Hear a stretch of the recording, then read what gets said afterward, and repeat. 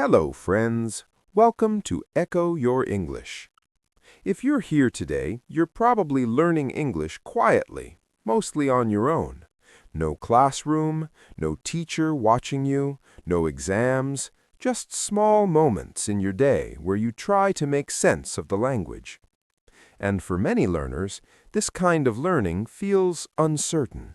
You might wonder if it's enough. You might wonder if you're doing it the right way. Most people grow up believing that learning must look serious.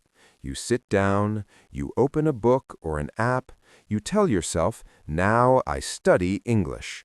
And the moment you say that, your body changes. Your shoulders tighten, your mind prepares for effort, your brain expects mistakes. Learning becomes heavy before it even begins. But real English doesn't live inside that feeling. Real English lives inside life. Think about your normal day. You wake up, you drink water, you wait, you walk, you check your phone, you feel tired, you feel calm. These moments already exist. They don't need planning. They don't need motivation. And English can live inside them very naturally. Instead of creating study time, imagine something smaller. Imagine English moments. An English moment is very short, sometimes 5 seconds, sometimes 1 sentence, sometimes only a quiet thought. When something is small, the brain doesn't resist it. And when the brain doesn't resist, learning happens quietly, almost without effort.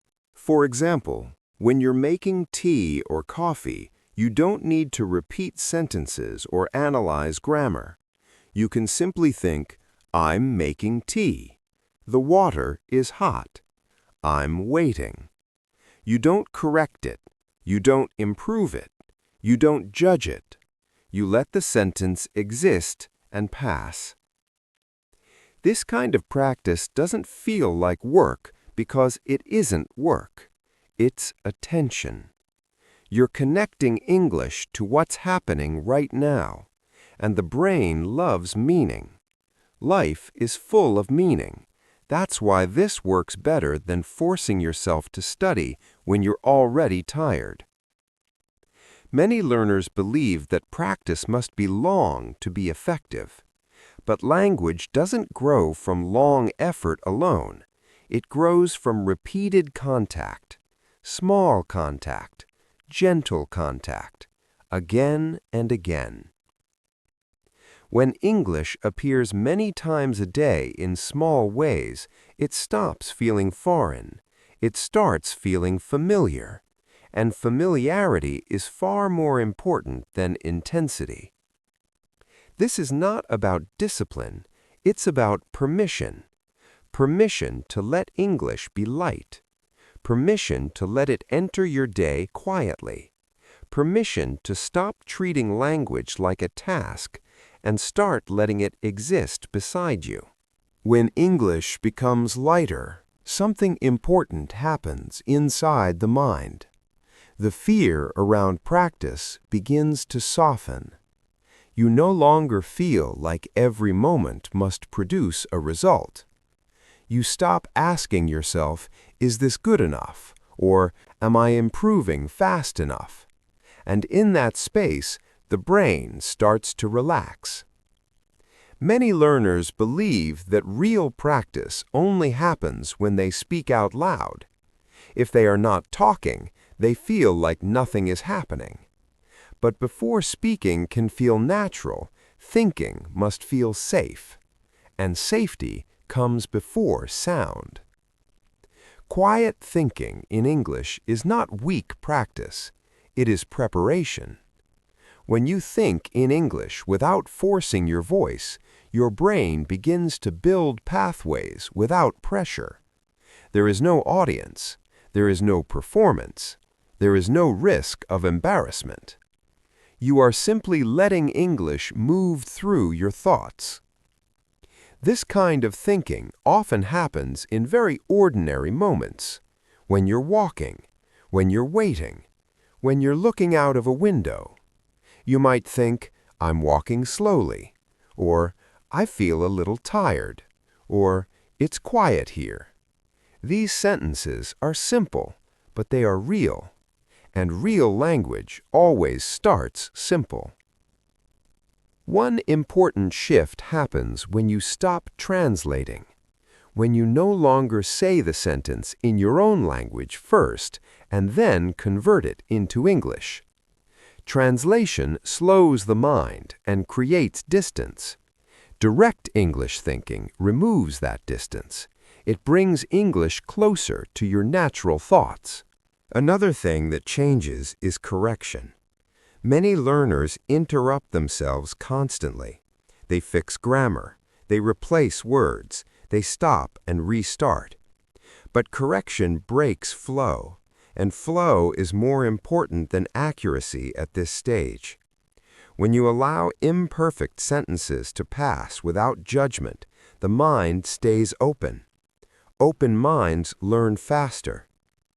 There is also a misunderstanding about time. Learners often say, "I'll practice when I have time," but time doesn't suddenly become available. What actually appears are moments, small, unplanned moments. When you wash your hands, when you sit down, when you feel bored. These moments already belong to you. English doesn't need more time. It needs more presence. This way of learning is natural because it mirrors how language is learned in the first place. Children don't wait for lessons. They connect words to actions, to feelings, to life as it unfolds. And that ability doesn't disappear with age. It only gets covered by habits. When you remove pressure, the old ability returns. You stop feeling like you're chasing English. English begins to walk beside you. At some point, many learners notice a strange gap. They understand English well. They can follow videos, they can read, but when it's time to speak, something stops them. The words feel trapped. The voice feels tight. The mind suddenly goes empty. This is not a language problem. It's a safety problem. Speaking out loud makes language public. The moment sound leaves your mouth, it feels exposed. Even when you are alone, your body reacts as if someone is watching, and the brain, when it senses danger, tries to protect you by shutting things down. That's why forcing yourself to speak often makes things worse. Instead of pushing sound, there is another path, a quieter path. You can practice speaking without sound. This means you move your mouth, you shape the words, but nothing comes out. Only you know what you are saying. At first, this may feel unfamiliar, but unfamiliar doesn't mean wrong. It means new. This silent movement trains the physical side of speaking, the lips, the tongue, the jaw. These parts need repetition, just like muscles, and silent repetition is safe. There is no judgment, no embarrassment, no pressure to perform. You can do this almost anywhere, while walking, while sitting, while waiting. You gently form sentences like, "Today felt long," or "I want to rest later," or "I feel calm right now." You're not trying to sound fluent. You're simply allowing movement. When the body learns that English movement is safe, fear begins to lose its grip. Many learners wait until they feel ready before they speak, but readiness doesn't arrive on its own. It grows from action, and silent action is still action. Over time, something shifts. The mouth becomes familiar with English shapes. The brain recognizes the path. And then, without effort, sound begins to appear. At first, it may be soft, a word, a whisper. You don't chase it. You don't push it forward. You allow it. Forcing creates tension, and tension blocks fluency. This slow entry into sound changes the relationship with speaking. You are no longer stepping onto a stage. You are simply continuing a movement that already feels known. Speaking becomes less frightening, not because you became braver, but because your body learned that it was never in danger. Another belief quietly blocks many learners. The belief that progress comes from adding more words, more grammar rules, more lessons, more videos. And when learners stop adding, they feel like they are standing still. But language doesn't grow wide first. It grows deep. When too many new things enter the mind at the same time, the mind becomes crowded. You may recognize this feeling. You know many words, but when you need them, they don't come. You understand rules, but they don't help you speak. This happens not because you lack knowledge, but because the knowledge has no space to settle. Instead of learning many things in one day, try staying with one idea. Not one word, not one grammar rule.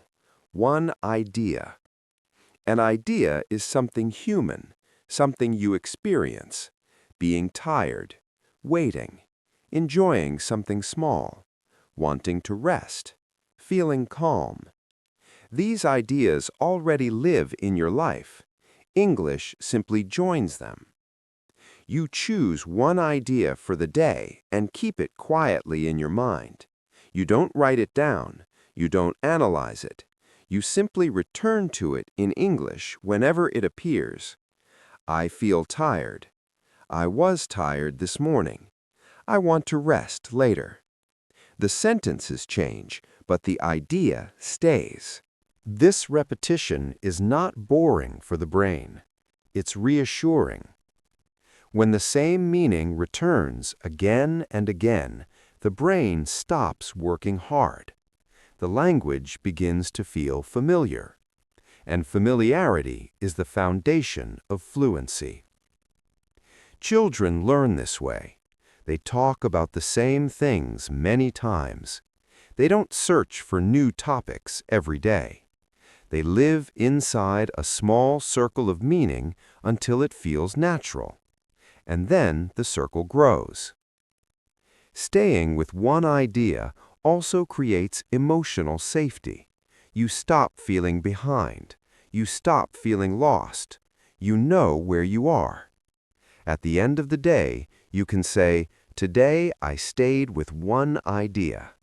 That's not fake progress. That's real progress. Small progress, repeated daily, becomes confidence. Over time, something else happens quietly. Old ideas don't disappear, they stay. New ideas join them. Language grows like roots first, then branches. Deep before wide. From the first days of school, many of us are trained to think about language in a very narrow pattern. Question, answer, right or wrong. When the answer is correct, everything feels fine.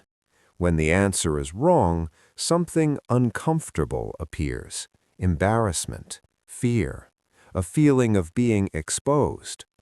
Slowly, without noticing, the brain learns that speaking is risky and silence feels safer. This habit follows us into English learning.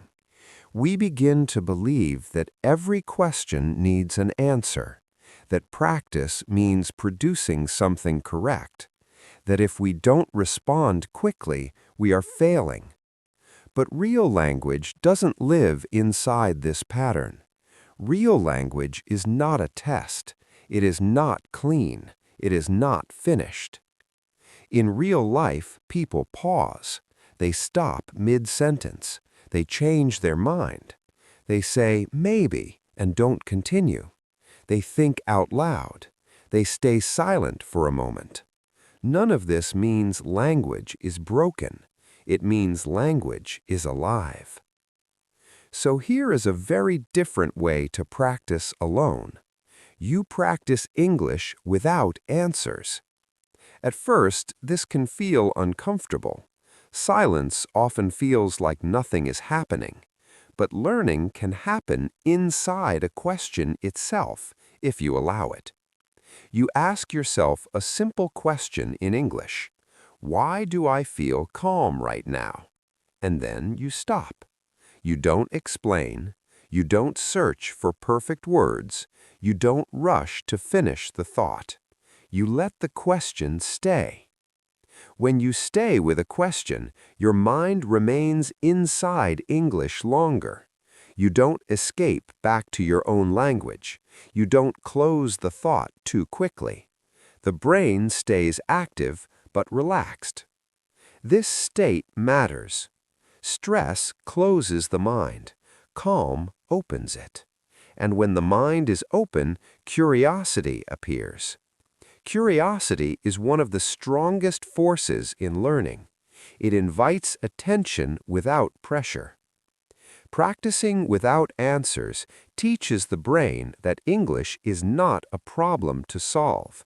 It is a space to stay in, a place where you can pause, where you can not know, where you don't need to perform. This changes your relationship with silence. Silence stops feeling empty. It becomes part of the language. Many learners think about the future in a very heavy way. They think about fluency as a distant goal, something they must reach, something far away. And when something feels far away, it often feels exhausting. Instead of feeling motivated, they feel pressure. Instead of feeling hopeful, they feel tired before they even begin. There is another way to look at the future, a quieter way. Instead of imagining a future goal, imagine a future memory. A goal is something you chase. A memory is something you have already lived. The brain responds differently to these two things.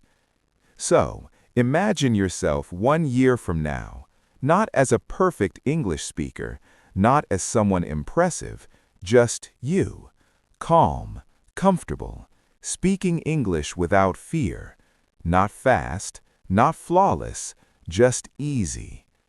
Now imagine that future version of you looking back at today.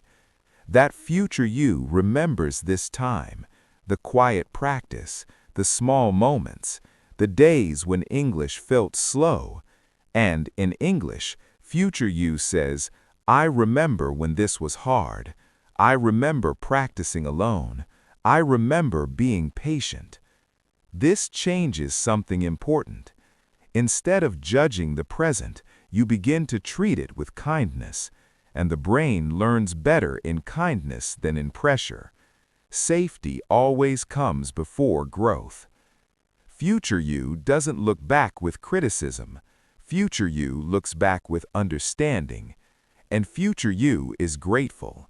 Grateful that you didn't rush. Grateful that you didn't force yourself. Grateful that you trusted a slow process. Because language doesn't grow loudly, it grows quietly. This way of imagining the future removes urgency. You stop trying to arrive somewhere quickly. You start allowing yourself to move naturally, one moment at a time. And this brings us to something important. Learning English alone does not mean learning without support. It means learning in a quieter way, a way that respects how the brain actually works, a way that values small moments over big effort, a way that allows silence, slowness, and uncertainty to exist without fear. You are not late. You are not slow. You are not doing this wrong. You are learning in moments, honest moments, moments where English enters your thoughts, moments where you stay silent in English, moments where you don't force answers, and those moments are enough. If there's one thing worth remembering, it is this. Learning English is not about proving anything. It is not about speed. It is not about sounding impressive. It is about building a relationship with the language that feels safe enough to last. When you learn quietly, you give English room to stay. You stop forcing progress and start allowing growth. And growth that is allowed becomes stable. It doesn't disappear under pressure. It doesn't collapse when you feel tired or unsure. Small moments matter more than perfect days. Thinking in English matters. Silent practice matters. Staying with one idea matters. Letting questions remain unanswered matters. All of this is real learning, even when it doesn't look dramatic. Over time, English stops feeling like something outside you. It becomes something familiar, something you carry without effort. And when that happens, speaking is no longer an act of courage. It is simply a continuation of something you already know. So take this slowly. Take it gently. Let English walk beside you instead of pulling you forward. Thank you for spending this time with me here on Echo Your English. If you find this kind of calm, thoughtful learning helpful, you can subscribe to the channel so these quiet conversations can continue. And until next time, keep learning in your own way, at your own pace, and trust that it is enough. Bye for now.